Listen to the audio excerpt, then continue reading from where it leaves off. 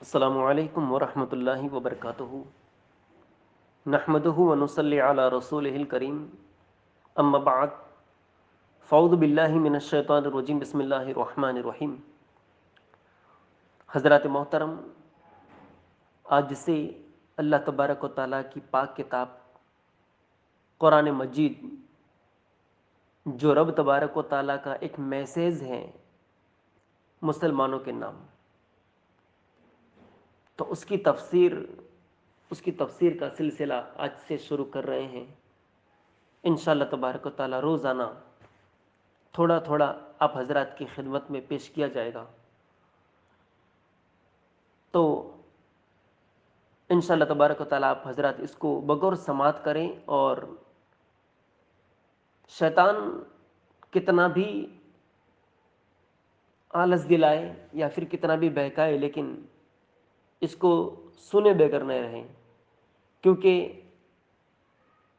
اچھی چیز کو دیکھنے سے، اچھی چیز کو سننے سے اور اچھے راستے پر چلنے سے شیطان ہمیشہ روکا کرتا ہے۔ تو یہ قرآن کی تفسیر انشاءاللہ بیان ہوگی، آپ حضرات کی خدمت میں پیش کی جائے گی، مختصر تو آپ حضرات اس کو ضرور سنیں۔ حمد ہے اس اللہ کی جس نے حضرت محمد مصطفیٰ صلی اللہ تعالیٰ علیہ وسلم کو پیدا فرمایا۔ درود ہو حضرت محمد مصطفیٰ صلی اللہ تعالیٰ علیہ وسلم پر، جنہوں نے اللہ تعالیٰ کو ظاہر فرمایا۔ حمد اس اللہ کی جس نے ہمیں انسان کیا۔ درود ہو اس مصطفیٰ صلی اللہ تعالیٰ علیہ وسلم پر، جنہوں نے ہمیں مسلمان کیا۔ حمد ہے اس رب کریم کی جس نے ہمیں بولنا سکھایا۔ درود ہو اس نبی رؤوف الرحیم پر جس نے ہمیں کلمہ پڑھایا۔ حمد ہے اس رب بے نیاز کی جس نے ہمیں ایمان دیا۔ درود ہو اس صاحب تخت و تاج پر جس نے ہمیں قرآن دیا۔ حمد ہے اس مالک یوم الدین کی جس نے زمین پر انسان بکھیرے۔ درود ہو اس شاہ عرش نشین پر جس نے یہ بکھرے ہوئے انسانوں کو جمع فرمایا۔ حمد ہے اس رب کی جس نے رنگ برنگا انسان بنایا۔ درود ہو اس نبی علیہ الصلاۃ والسلام پر جس نے ان کو ایک رنگ بنا دیا۔ حمد ہے اس رب کی جس نے ہمیں عقل و ہوش دیا۔ درود ہو اس نبی پر جس نے جام عرفان سے متوالا و مدہوش کیا۔ حمد ہے اس رب کی جس نے آسمان نبوت پر مختلف تارے کھلائے۔ درود ہو اس آفتاب رسالت پر جس نے اپنے دامن نور میں سارے تارے چھپائے۔ حمد ہے اس جبار و قہار کی جس نے جہنم کو بھڑکایا۔ درود ہو اس شفیع روز شمار پر جس نے اس بھڑکتے کو بجایا۔ حمد ہے اس ستار و غفار کی جس نے دار الخلد بنایا۔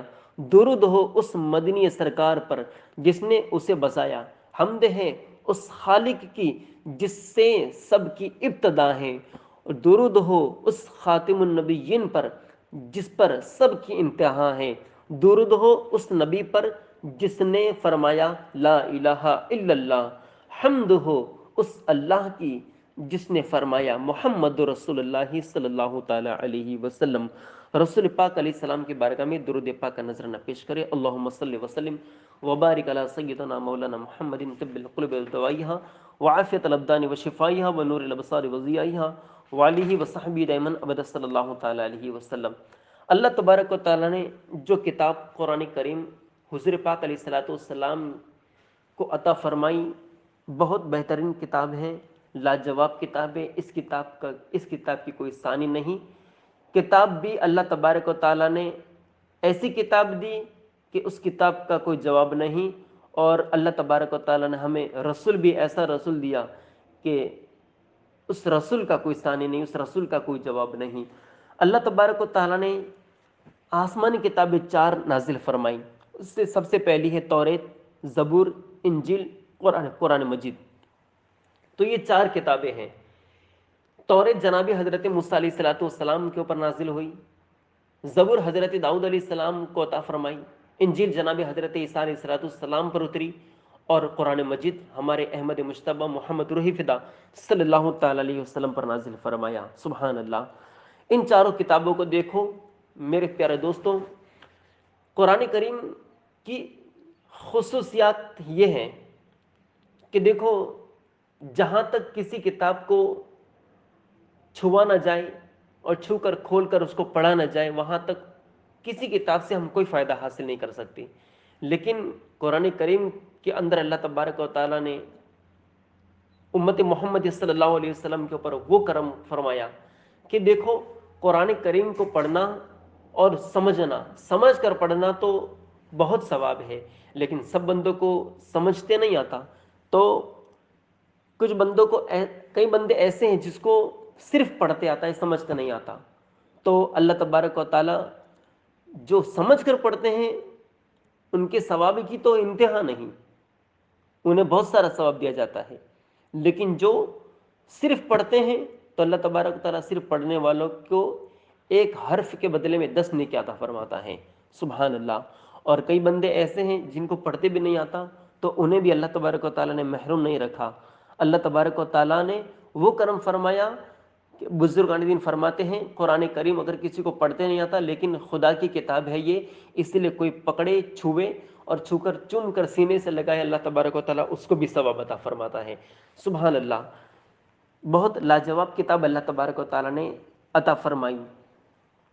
اب دیکھو، یہ بات بھی ہم سمجھ لیں کہ پہلے کی جو 3 کتابیں توریت، زبور، انجیل، قرآن مجید، بات دراصل یہ ہے کہ پہلے کی جو 3 کتابیں ہیں ان کتابوں کے حافظ صرف اور صرف نبی ہوا کرتے تھے. توریت کے حافظ جناب حضرت موسیٰ علیہ السلام ہیں، انجیل کے حافظ جناب حضرت عیسیٰ علیہ السلام ہیں، زبور کے حافظ جناب حضرت داؤد علیہ السلام ہیں. امت میں سے کوئی نہیں. جناب حضرت موسیٰ علیہ السلام حافظ توریت کے، لیکن امت نہیں. زبور کے حافظ جناب حضرت داؤد علیہ السلام ہیں، امت نہیں. انجیل کے حافظ حضرت عیسیٰ علیہ السلام ہیں، امت نہیں. کیا مقام ہے امت مصطفیٰ صلی اللہ تعالیٰ علیہ وسلم کا کہ وہ 3 کتابیں اتنی عظیم کتابیں ہیں کہ ان کے حفظ کے لیے اللہ تبارک و تعالیٰ نے نبیوں کو چنا کہ ان کتابوں کے حافظ ہوں گے تو نبی، کیونکہ نبی ہی ہے جو ان کتابوں کے حافظ ہو سکتے ہیں، امت نہیں. امت نہیں. لیکن قرآن اور صاحب قرآن کا اعجاز تو دیکھو. سبحان اللہ. قرآن اور صاحب قرآن کا اعجاز دیکھو، قرآن کا اعجاز دیکھو، مصطفیٰ جان رحمت صلی اللہ علیہ وسلم کا اعجاز دیکھو کہ حضور پاک علیہ السلام خود بھی حافظ ہیں اور حضور پاک علیہ السلام کی امت کے چھوٹے چھوٹے بچے بھی حافظ ہوتے ہوئے نظر آ رہے ہیں. سبحان اللہ. چھوٹے بھی حافظ ہوتے ہوئے نظر آ رہے ہیں، بڑے بھی حافظ ہوتے ہوئے نظر آ رہے ہیں. کیا مقام ہے امت مصطفیٰ صلی اللہ تعالیٰ علیہ وسلم کا.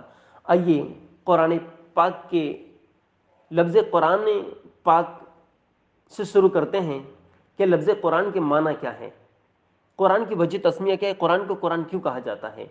تو لفظ قرآن یا تو قرآن سے بنا ہے یا قراتن سے بنا ہے،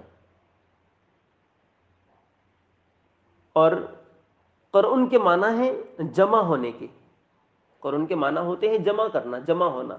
اب قرآن کو قرآن اس لیے کہتے ہیں کہ یہ بھی سارے اولین و آخرین کے علموں کا مجموعہ ہے.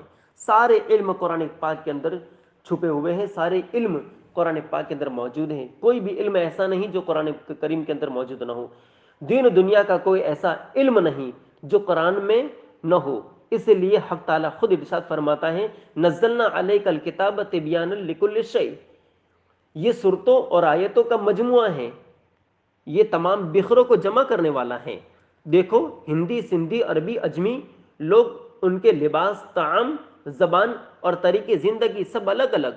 کوئی صورت نہ تھی کہ یہ اللہ تعالیٰ کے بکھرے ہوئے بندے جمع ہوتے، لیکن قرآن کریم نے ان سب کو جمع فرمایا اور ان کا نام رکھا مسلمان. سبحان اللہ. خود فرماتا ہے رب تبارک و تعالیٰ سماکم المسلمین.